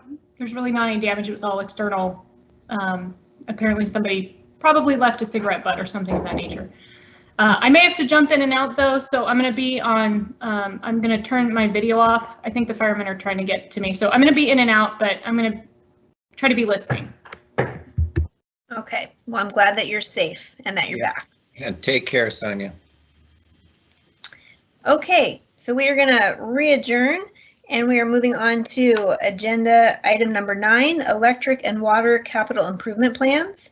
And I believe that we're going to turn it over to Rod Price. Yes, thank you. So, good evening, commissioners. Frank and I plan to wear the same shirt. I'm not sure nobody else got the memo. Anyway, we're here to talk about the capital plan and some of the scenarios that Frank has laid out. Basically, we're seeking some direction on our recommendation as a staff to use the as planned 10-year SIP scenario. I wanted to do a quick shout out though to Wally and Tyler and the finance team. I went on vacation for a couple weeks and they've done a ton of work getting this planning together. Instead of doing one plan, we've been doing 3 plans and looking at them. So Thank you to those folks. Wally and Tyler will actually speak a few minutes and tell a little bit more about their side of the capital plan and what's in it. Tonight, though, I want to focus on the size of the pie. We've come to you in the past and talked a lot about pies and slices and sizes and all that. One of the things that I'd like to do is talk about the size of the pie, how big of capital plan we have, and how that impacts the finances, and then also how it may impact reliability and you know, somewhat to Dick's point about pushing the snake down the road. So next slide, please.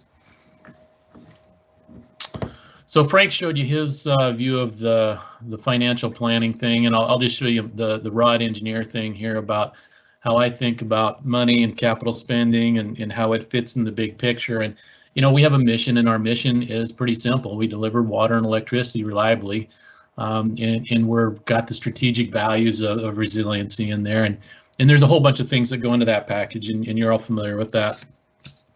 To accomplish that, of course, we have income and that pays for reinvestment like capital and ongoing expenses, O&M, that kind of thing. So these are all interrelated, and you know, you pull one, you kind of tug the other, and so it all kind of goes around in this circular loop. So I'm going to speak about the three scenarios that were outlined by Deb and Adam a little bit in these contexts. So next slide, please. So last time I talked to you about we can tweak the dial about a month ago. What I'm going to do is just kind of review real quick what the capital plans look like in the different scenarios laid out by the financial folks. So the as plan is basically last year's plan that we presented, both in magnitude and basically in projects. One of the things that is notable is we have not included the Liebberg Canal mitigation. We simply don't know enough about it, so it's not in the plan yet. And I believe Adam did refer to that. Also, I'd like to point out we do have a placeholder in the water plan for a second source, and we talked about that a month ago as well. The placeholder we have there is enough to do a shared venture with another utility or a very minimal second source for EWEB alone. The constrained plan is basically the as planned, and it's a reduced version of that, and that would be in response to economic pressures. Basically, what we would end up doing is, again, we talked about this last month, deferring some resiliency and projects like modernization and automation and condition-based monitoring. I'm sorry, condition-based replacements. But the goal is to maintain the reliability within our metrics and acceptable limits. One of the key elements from especially the water plan is to reduce and get to the constrained plan, we would move the second source completely out of the 10-year window. The fun one here for me is the expanded plan. And again, I'm throwing some English in here and some engineering. So if you see Deb pulling her hair in the background there, these are not financial terms and precisions. So bear with me. But basically, you know, how much can we go and reasonably remain affordable? And so Frank laid out some scenarios, and this is a bookend to sort of look at, you know, what are the impacts if we do spend more. And if we do, then that allows the electric capital plan to start attacking our age of system and getting our condition-based type 1 cross-arm kind of replacements, pole replacements, all these things in full function. It also leaves a lot of room for the canal mitigation, and we won't know more about that until later in the year or perhaps in another year or so. But also there's some room for electrification. So there's the expanded plan lines out some headroom for us to work with. In the water plan, what it does is it brings the second source back within the 10-year window with a full amount to fund a a full-sized treatment plant and all the transmission and everything that would go along with that. Next slide, please. So just kind of a spoiler alert here. The part of the purpose of looking at those plans is to review the impact on rates in the future. So what I'm going to do is go through the 3 plans here and kind of line them up with my model a little bit. But starting with electric, you'll see that the capital plan's around $335 million. We maintain reliability. Our age of system stays about the same. Resiliencies as projects are in the same ballpark. I put a little bullet in there. The green, it says rate impact is 0. So basically, there is a rate trajectory. Both Frank and Deb and Adam have covered. There's a planned rate trajectory. This does not add or subtract from that planned rate trajectory. In the water department, we're looking at about $244 million. Again, maintaining reliability. It'll slightly chew into our age of system and give us some resiliency from our second source perspective. And again, no rate changes. Next slide, please. So this is a constraint scenario. Basically, it's the reduction from the as planned. So in the electric, that's about a $25 million reduction over a 10-year period. Our estimates are showing that we will start to drop our reliability probably below our 5-year averages because we're not able to keep up with all the things going wrong. Right now, we're really focusing on our big ticket items like transformers, power transformers, substations, main points of contact, and we have Tyler can probably tell you a little bit more about that when we get there. So one of the things that will be stressed, though, is our age of system metric. We'll be pushing 60% or greater due to the investments not keeping up with the depreciation. And of course, our resiliency will be reduced because we'll have to cut some of the resilient projects. So the rate impact on this is it's no change, and I suspect you would have to talk to Deb and Adam for the exact details of why this is. But basically, the idea is we're cutting expenses in the as planned scenarios and not touching the capital plan, and so as the economic pressures come in, then the capital plan is reduced as well. So and that maintains the rate trajectories. In the water department, though, the capital plan drops significantly from 244 to 191. Basically, we're still able to hit our master plan and keep our reliability intact, but our age of system will stay, probably raise a little bit, but it's still well within targets. And the real kicker here is that we'll lose that second source, and so that significantly hits our resiliency. What is the cost of that, or the savings? Basically, it's at the end of 10 years, we'll be saving about $1 a month on a typical utility bill. Thank you. The expanded scenario, so we went in the electric, we jumped from 320 to 435. That's enough money and headroom to cover Lieberg mitigation, we suspect, and even some electrification kind of things. And it would also help us push the focus on the electric and generation plant to about 360 million, which will help us chew into the age of system and increase our and maintain our reliability. In the water side, in the estimates are that would add about $6 per month to the electric bill at the end of 10 years. In the water side, we would add, what is that? We go from 244, so it's about $50 million add, bringing back in the second source. Obviously, reliability will be enhanced with multiple sources and flexibility and switching sources around and transmission lines, etc. Age of system will go down because of the investment. But the kicker again is our resiliency will be greatly enhanced, and this is fully in the master plan. The rate impact of that we expect to be about $1 a month more after 10 years. So I'm going to turn it over to Tyler, and I'm sorry, Wally, and he's going to talk a little bit about the contents, the secret sauce in the pie. Okay, thanks, Rod. Good evening, commissioners. I just wanted to kind of give a quick overview of what's in the the water pie for the 10-year CIP, and just kind of go over each of the categories. Let's start with the compulsory work. That's all the work that we really need to do. We can't really push it out or don't have a lot of flexibility with that. That's about 20% of our 10-year CIP. The bulk of that is all really our service and development work driven by our customers.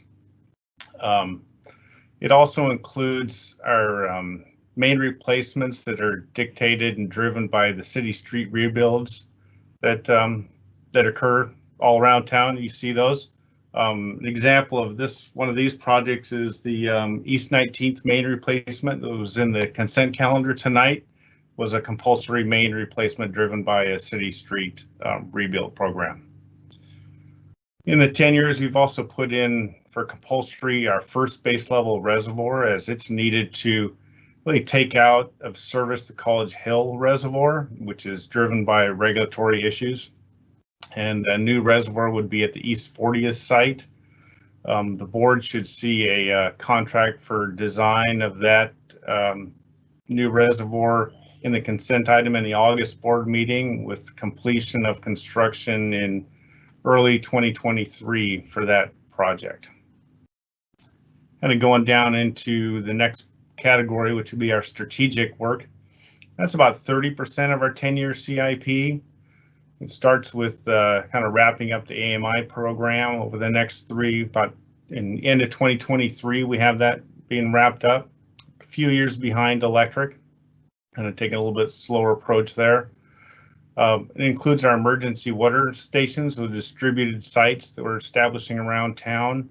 The consent calendar, again, it had the South Eugene wells was part of the South Eugene water distribution emergency water site.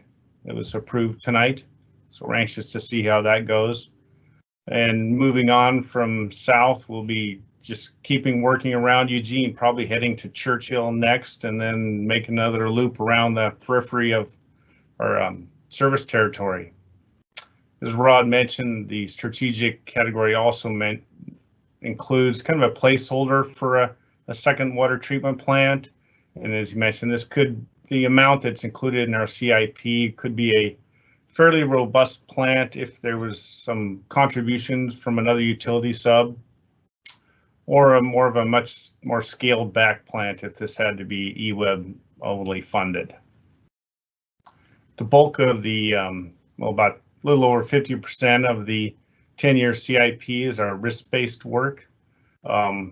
There's a lot of things that go into this. It's a tremendous number of small projects that are in our risk-based, and they're kind of overshadowed by the large reservoir and transmission projects. An example of some of the small projects they included in our risk-based work would be the VFD replacements that was also on the consent calendar tonight for water. That would be a risk-based project. We have some variable frequency drives that turn the motors on our pumps that are at our Hayden Bridge filtration plant. That now is the right time. Haven't failed yet, but the resources and timing just worked out right, so they fit into our capital plan currently. So it's just an example of one of those small projects. For risk-based, the large projects include the replacement of our base level reservoirs at College Hill, Hawkins, and at Santa Clara eventually. And it also includes numerous large transmission pipeline projects to kind of interconnect those reservoirs as we're building our kind of distributed storage approach that we've talked to the board about.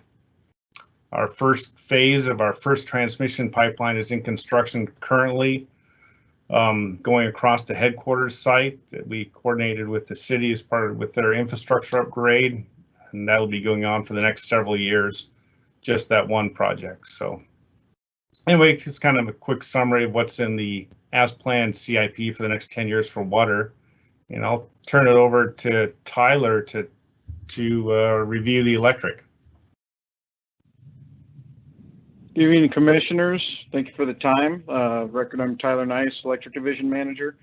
So kind of tail on with what Wally talked about with the pie for electric. We have the same categories and they're roughly the same components, you know, about a little less than half of that risk-based and the compulsory and strategic between 25-30% for each of those. Sorry, I don't know if you can hear that, but it sounds like the neighbor's getting rid of some extra fireworks, so apologize if you hear any popping in the background. But really the overall principle that's kind of guiding each one of these scenarios, but talking about the as planned specifically is a focus on infrastructure replacement to maintain reliability. Under this plan, the as planned, which is basically a copy and paste of last year's funding, well, what we're seeing is that this is in a maintaining reliability mode, but it is slightly declining. And there's a couple things I'll mention in here that are indicators of that. And really that's focused on trying to limit the larger outages that we have. So of our SAIDI and SAIFI reliability indexes for the last couple years, around 15-20% of the makeup of those has been from, you know, a few number of large substation outages. And those outages usually run 2 to 3 hours to restore if everything is easily switchable, but they may have 3,000 to 5,000 people on a substation. So we're really focusing on trying to maintain those large replacements of those substations since they're a real key player in those metrics. Going down the list here, emergent repair, we kind of have historical numbers that we build into the budget for that kind of equipment that fails that we need to replace throughout the year. Customer work, surprisingly, has been actually up this year, and it's been kind of maintaining. And we don't know if that's a bubble or if that'll fall off as COVID progresses and the economy experiences pressures, or if that'll maintain. But for a while that has been staying very steady. So we're still counting on that. No change in that in the plan. On the compliance and PUC for the electric side and on the generation side for compliance, those are both programs that we're really focused on, really driven towards for safety and reliability and compliance, frankly.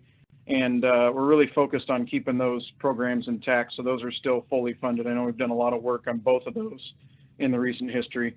On the strategic, AMI is still planned for a 2021 completion deployment. Some of the more three-phase or more complicated metering setups will bleed over a little bit, but the residential is still shooting for that to reach the benefit.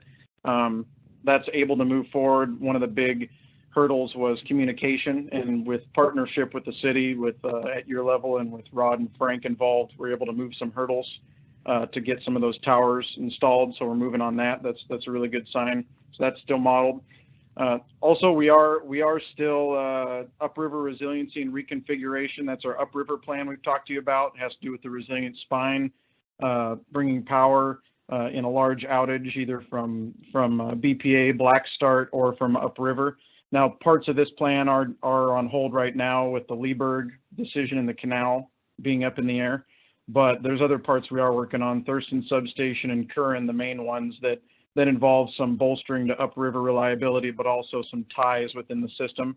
We do in the later years have some load growth planning, mainly focused in West Eugene. That would be some transmission line additions and substation upgrades for future load based on historical knowledge and what we know of coming up with urban growth boundary or possible load expansion. And then of course, Carmen, that one is slightly delayed this year with the larger generator work happening early in the year, next year. But there is some work happening this year that's going to take its place kind of more on the controls, the brain side of the generators. And then of course, all the work continuing on in the plan going forward with fish mitigation and also just the other powerhouse work. And on the risk-based front, like I said, we're really focused on those larger outages. And so we're trying to hone our asset strategies to that.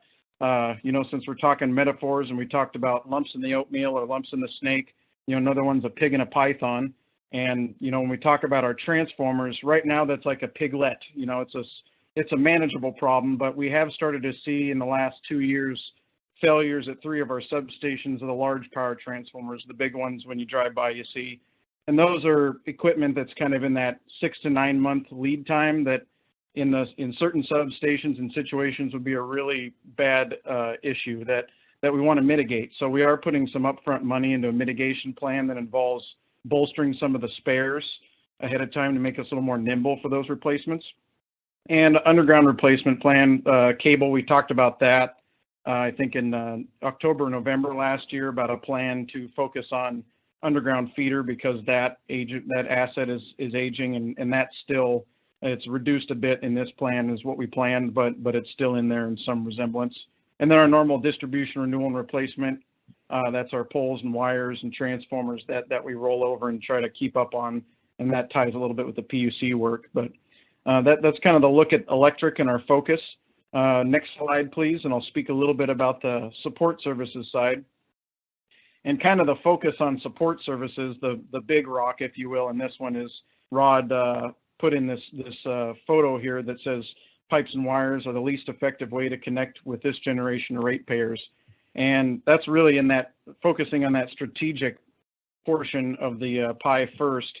That's really the focus of that. You know, we may not compete on the power and water sense directly with any other utilities in Eugene, but the customer experience, we're competing every day with their experience with other companies. And so we do have built into that support side through IS and also our other support services to be able to provide a similar experience. So that's where the AMI, the CEI, and the CIS come into play. And going back to the other categories, you know, there's still the day-to-day work that we can't afford to trim out because it is the backbone of keeping our system running from behind the scenes, which is our IT network and systems there. Also fleet, which keeps our employees and staff out there working and restoring outages. We need to keep that funded. And also looking forward down to the risk base, talking about systems for asset management and also streamlining our operations with kind of our Metro E and control system out there into a wider area network. And so working on all those things, a lot of those are more the same in the plans. Some of them a little bit reduced, but still that focus on the larger infrastructure and some of these larger strategic efforts that are customer focused. So with that, I'll hand it over to Rod.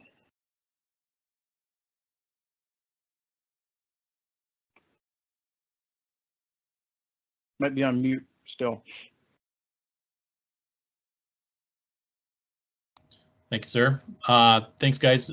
So just a quick wrap up.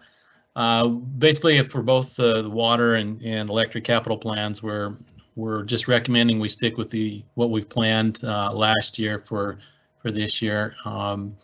With a couple notes, as we develop an understanding of the second source in the water capital scenario, you know, I think it's nice to know that we've got plenty of capacity to go ahead and bring in different amounts to address the second sources, as however we end up doing that with very little rate pressure. Oh, I think I heard Frank say I could borrow infinite money to spend. So the electric plan does have more of a top end, and that's that 450, or whatever it was. Right now, the as planned is just enough to keep us going. I'd feel a lot more comfortable if we were in the 350 to 360 range to start really chipping into the age of system. And as Tyler was kind of talking about the condition-based monitoring kind of things. And again, it shows that we have been very financially resilient. We've got a great finance staff, just done a lot of work to get to this point where we can even talk about these options. I think it's fantastic. And it gives us a lot of headroom in both plans to maneuver as we need. But for the time being, I think we're good with the planned scenario. So with that, next slide, and I'd open it up to questions. If I've done my job right, you've got 1 minute to ask a question. Thank you, Rod, for that presentation. The only commissioner that I can see is Dick, so I'm going to offer it up to you first if you have any questions or comments. I do think John's out there. I was clicking around and I saw him. So, John, are you out there? I'm still here. Oh, okay. Well, then why don't you go first? I think Brown comes before Helgeson. I don't care. All right. Well, thank you. A great presentation. I just do have a couple just minutia questions about these things. You know, I was involved when we built the rock, and I see that we have some pretty significant expenditures that we're pushing down the road. Could you just tell me real quickly what's worn out there already? I mean, if I'm outliving buildings, that's a little scary. But because I thought like the mechanical should have a 20-year life. And I thought we built that to seismic 3, not essential service, but didn't we build that facility to upgraded seismic code? And I noticed you had millions of dollars in there for seismic upgrades. Yeah, that's a good question. So one is the seismic code it's built to is to walk away from, not to go back into. Right. And so as we have developed our dispatch center and our real-time trading floor, our critical IT assets are housed here in the rock. We're not only that, if we pancake our garage and our warehouse and you can't get parts, then that's no good either. So we're looking at providing a upgraded seismic package so that with inspection, you know, we can reasonably expect to reuse the building after a large earthquake. Otherwise, we did have some backups and some of that planned for the at least for the SCADA and dispatch over there at Hayden Bridge, but we've scaled that way back, and that made that building a lot more affordable, and it was more cost effective to do the work here at the Rock. Oh, well, thank you. I would hope that some of that, because of the resiliency things, could be maybe applied for in federal grants, because to build it to essential service, like the police department and like the hospitals, I know is very expensive, and a lot of those entities sometimes get federal grants to do that. So hopefully, if we're going to put that in the budget in a 10-year plan, we could look to other sources of income. Hopefully. Yeah, that's a good thought. So that's all I have for now. Thank you. All right, Sonia, I'm not sure if you are there or if you have any questions or comments.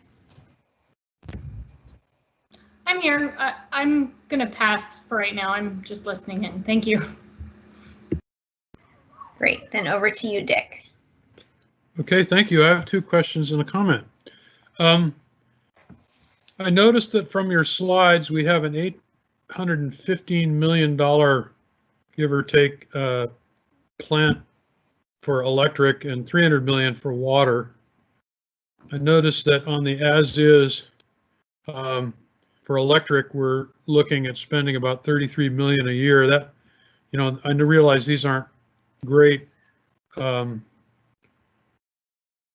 statistics, but that means on average we're going to replace that plant in 26 years, recognizing that some of that 33 million goes into strategic investments that are more than just replacements. On the water side, we have a 300 million investment, and if you take out the second source and set it aside for the moment, we're proposing about a $19 million, which means that we'd be replacing the plant, at least metaphorically, in 16 years. That causes me to wonder, you know, whether we're adequately funding our capital program, particularly on the electric side. Yeah, I think I just got a quick comment on that. Sure. So if you look at the water system, and they are different animals, if you look at the water system, we're spending a great chunk of water or money on Hayden Bridge and the reservoirs. And so those are once in 40, 50, 60 year kind of projects. So if you spread it out over if you took a 60-year life and did 3 cycles on the electric, you might come up with a different, more of a one-to-one conclusion. Okay, thanks. Well, I still have a little bit of a concern about maintaining adequate capital funding on the electric side. I think maybe I do from some of too. your comments in the presentation that you would share that. I'm not sure I Yes. would go all the way to the total expansion that is the option or the bookend that you've got. Another question I have is that, you know, when I joined the board, and I think at the time Frank was the chief engineer or the person bringing us capital presentations on the electric side, there was a lot of discussion about opportunities to optimize the system so as to reduce our capital investment over time, with the notion that we were overbuilt, at least in some areas. Are we done with that initiative, or are we still have more work to do there, or are there further opportunities? Whatever happened to that that thread? Well, that's a bit of a pet peeve with me, that that saying the system's overbuilt, I don't think is very accurate. But I don't think we're thinking about it in quite the same way now. I think it's more about utilizing one of the things that, so we may be overbuilt from a capacity standpoint, but from a redundancy standpoint, we've got some weak spots out west. So you can have all the capacity you want, but if you can't keep it connected, you're not reliable. So really, it's more focused on replacing the key pieces now, on keeping the reliable path, secondary paths, the system intact.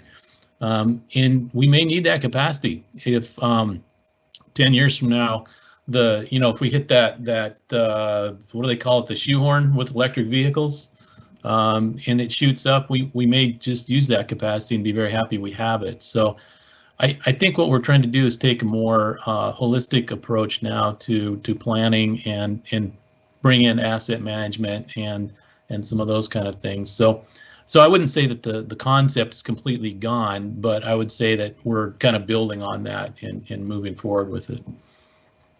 One note I would add into what Rod just said, Commissioner Helgeson, is that there are parts of the system where there's added capacity or additional capacity. Those are also the parts of the system that are aging.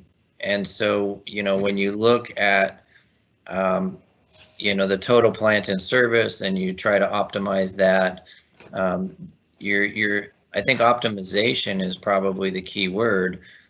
There's also areas where we think that there is going to be redundancy and capacity and resiliency that's needed. So it's not that we've abandoned that. I think we're refining it as we go forward with the resiliency lens. I would also agree with your comment about plant in service and age of system. On the electric side, if they're, looking at water and electric and where we have planned, sort of previously planned, I would say there's opportunities on the electric side to turn the dial up. Some of that is because of the relationship of age of system and replacing assets. You throw on top of that capacity and resiliency for electrification, and then you throw on top of that the potential of sort of a situational challenge like a Lieberg Canal. Because we're talking planning, if anything, I would turn the dial up from a planning perspective on the electric side and probably keep it as planned on the water side until we refine the second source direction a little further. But we haven't abandoned what you just mentioned. It's just being refined and looked at it in a little different way going forward. Okay, well, I had a little bit of a comment. My time is up. Sorry. I do have a comment on second source, but I'll wait to see if there's a second round. And the last question was really just because I hadn't heard anything about optimization in a while. So it sounds like I may or may not, but that's okay. Your response was informative. All right, Tyler, was there something you wanted to add? Oh yeah, I was just gonna kind of finalize that same comment Commissioner Helgeson was talking about, which was the capacity question. One specific example I mentioned was power transformers, and in the past, when the system was built, it was decided, to do two 20 megawatt units at each substation. Basically, that's 40 megawatts. One decision we've made since then is to move to a standard of a 30 or 33 megawatt unit, which the cost is really proportional to that amount of copper. So that's kind of one example pointing to a decision we've made to reduce that capacity of the substations we do touch. That did carry forward from, I think, when Frank was in the chair in the engineering department. So that is something that's a cost saving measure. Thank you. All right. Is there anybody else? Is there a consensus if people want a second round of questions? I don't have anything else to add. I appreciate the presentation. Looks like a good plan to me. That's Dick. Ma'am, just make a quick comment then on second source. I agree, and I think the rest of the board would agree with the notion of pushing any assumed expenditure for second source investment out a year, or kind of resequencing that as you update the capital plan on the water side. I support that because I think clearly we're not ready to move forward with anything specific, and we don't know what it's going to be or how it's going to develop. So I think for that reason, it makes sense not to put the expenditure in as early as we had planned otherwise.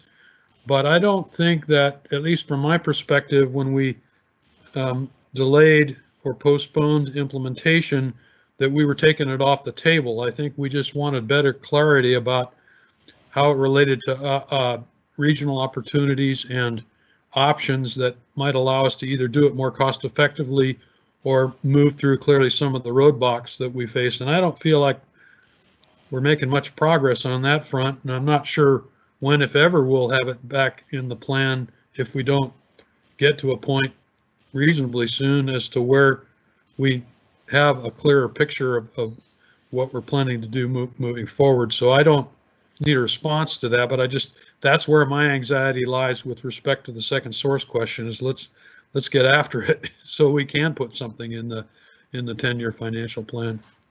And I realize that it's not staff's responsibility in entirety, because there are some clearly open questions that need to be resolved. Thanks. Thanks, Commissioner Helgeson. I think we agree that it's important to keep it in the financial planning process.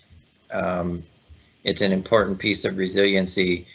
Details, without getting into too many details, there's a number of hurdles and opportunities that we're working on to try to provide more and more clarity as we move forward. So I think that our views are consistent on that, and getting to it is part of it.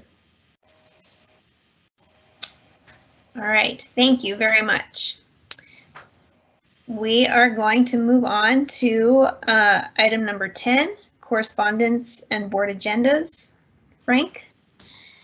Yes, thank you, Commissioner Schlossberg. Appreciate it.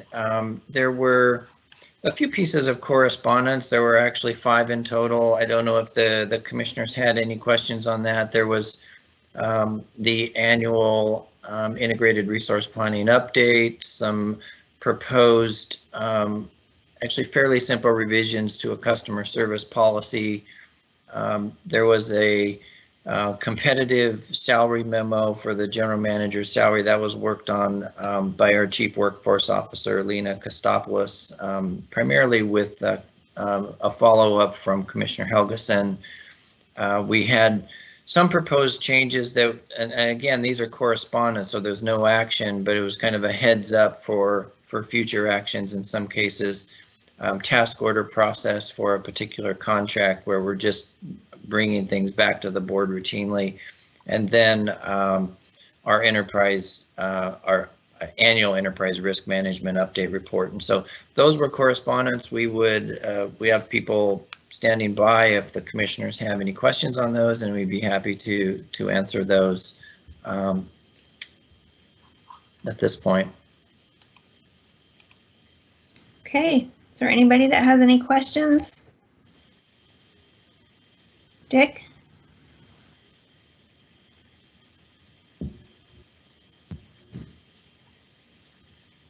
You're muted. Sorry. I first wanted to acknowledge the time that Chief Workforce Officer Kostopoulos spent with me following up on our request that there be some documentation relative to the management of general manager's salary. I requested that not because we had a problem, but because we didn't spend a lot of time working the mechanics of that this year, and that I just wanted to make sure there was something in the record that documented how all of that was intended to work and how it related to consistency that Frank and we had sought with respect to how the compensation is managed within the utility for the utility as a whole. So I just wanted to appreciate that and note that it's now in the record and available for future consideration if the board wants a reference that would help illuminate that. And then just quickly, I wanted to ask a question that could be answered actually offline. I just wasn't sure. I understood what was being proposed with respect to the memo on Carmen Smith contracts, and I'm tracking with what we've done to sort of authorize the 10 million and then carve out by work order specific amounts, but I'm not. And I think what the bottom line was with this memo was that you're no longer going to bring us the individual components of that. You're going to work within the 10 million that we have already authorized, unless it rises above the $500,000 level. So was that the significance of that memo? Yeah, I think Commissioner Helgeson, it was just recognizing that when we have a contract that we've approved with work orders, we would change the threshold slightly so that the board isn't approving things that are really part of a scope that has already been looked at and approved. As long as it's working within that scope, it's really changing the thresholds of which we will still bring some things back to the board. It's just a slightly different threshold when we have a pre-approved overarching contract. Is that intended to apply solely to Carmen Smith, where we've done a rather large carve out for multiple projects, or does that apply generally where we have any contract that involves work orders? This was a request specifically for the Carmen Smith contract. All right, so it's not a change in our policy per se. Yeah, not yet. I mean, I think it would be something that, depending on the size and nature of this, that it could be evaluated as a policy change in the future, where that's not this particular request. I think it's an opportunity to try it and see if it works. Like you said, contracts, when they get to us, or projects or programs, when they get to a certain size, the board has a lot of awareness and knowledge of them. That's different than just bringing one big large contract on the board. So this is specific to Carmen Smith, and not to rule out a policy change in the future, but it's not intended to be that at this point. Okay, thank you for that clarification. So hearing, I'm Commissioner Carlson, you had a question. Oh, I'm unmuted. Great. Just a quick comment. One, I'm sorry that we had to add some language on there about the meter reading. Sounds like there's probably some incidents there. I think that's unfortunate, but I think it's the right thing to do. So I'm glad we're, taking the health and safety of our staff seriously and moving forward with that. And I also wanted to say that I appreciated the language in the integrated, in the EPR, can't remember the name, the emergency response planning. I know that you were adding language about diversity, equity, and inclusion. I really appreciated that was a portion of what you were looking at as you're doing this review. So those are my two comments. Thanks. Yeah, thank you. Those are accurate observations of the motivation behind it. I don't see any others. The second half of my particular piece in the agenda here is to look at upcoming agendas. There's some interesting activity in August. We will get a chance to give the board a view of the first half of the year. It's been an interesting half of the year, to say the least. So we'll provide our results for the first half. We also have on the agenda to give the board its first view of the results of our electrification analysis and study. I think that's has some pretty interesting information that will be of interest to the board and others in the community as far as our capacity to electrify other applications. And so that's on tap. And then we'll talk a little bit about strategy in the headquarters building and kind of what our go forward plans are for that. And so, and then September, we start to get into more upriver activity and a lot more around financial planning and some of the next stages with that. So a lot of good things on the agenda coming up. Really excited about some of the information that staff is putting together. I've seen a lot of it in its sort of early and evolving stages, and so excited for the August meeting. I will also mention the August meeting. We are preparing to have a little bit of a change in the agenda. Probably very first thing, we will actually, even if it's virtual, look to have a live call-in public forum, public commentary, so, or testimony rather.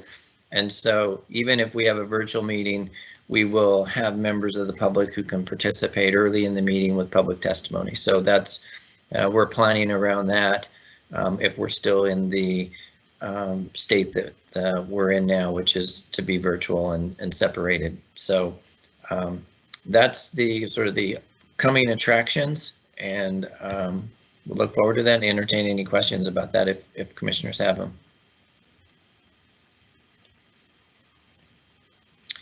Seeing none, I guess I will pass it back to Vice President Schlossberg for next item on the agenda. Okay, so we are on agenda item 11, board wrap up. So Commissioner Brown, we'll start with you as we go in alphabetical order. Well, thank you. I just would like to compliment staff and everybody else. I think it was a great meeting, and Mindy, I think you did a great job of herding cats. Congratulations on doing that, and looking forward to more of it next year. So thank you very much. All right, Commissioner Carlson. I agree. Great job, Mindy. Thank you so much for leading the meeting. And I'm sorry that I had extra challenges that made that a little more awkward this evening. Appreciate it. And Dick, over to you. I too appreciate your meeting management being one of the more problematic of the cats. I just wanted to mention that I'm in the process of considering a road trip for August, which may affect my ability to attend. I'll try to manage that so as not to be absent, but I just wanted to give you a heads up that that is being considered. I also wanted to mention that, or ask a question that doesn't need to be answered here, but relates to the request for an option that might involve a rate increase next year.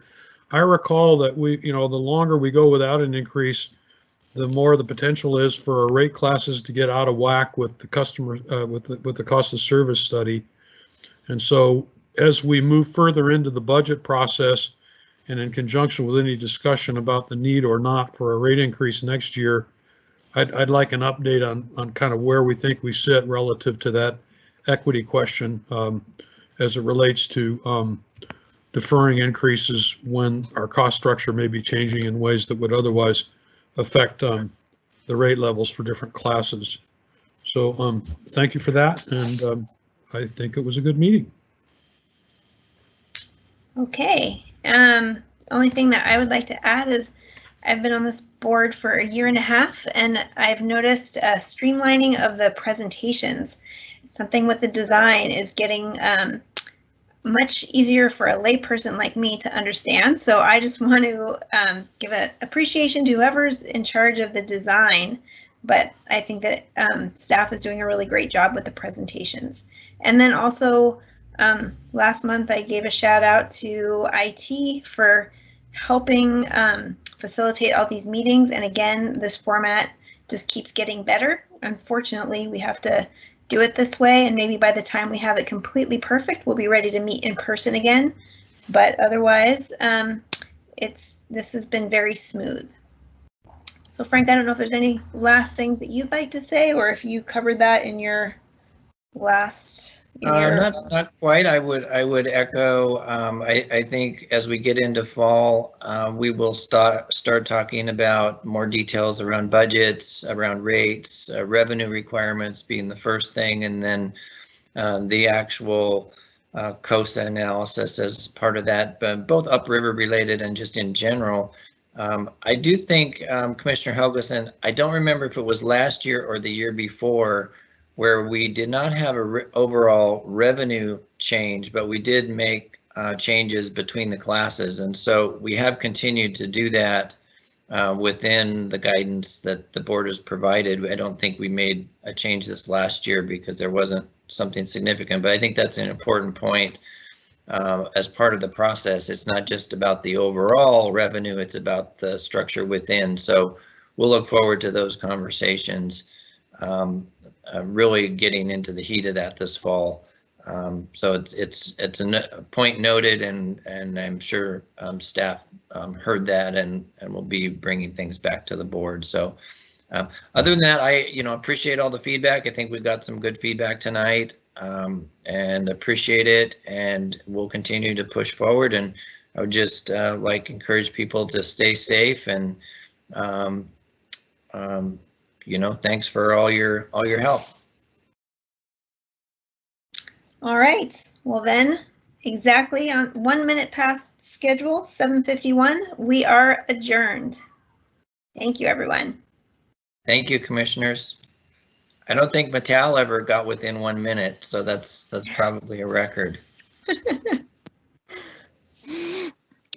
Well done, everyone. Good job, Holly and Dan. Thanks, everybody. Yeah, thank you.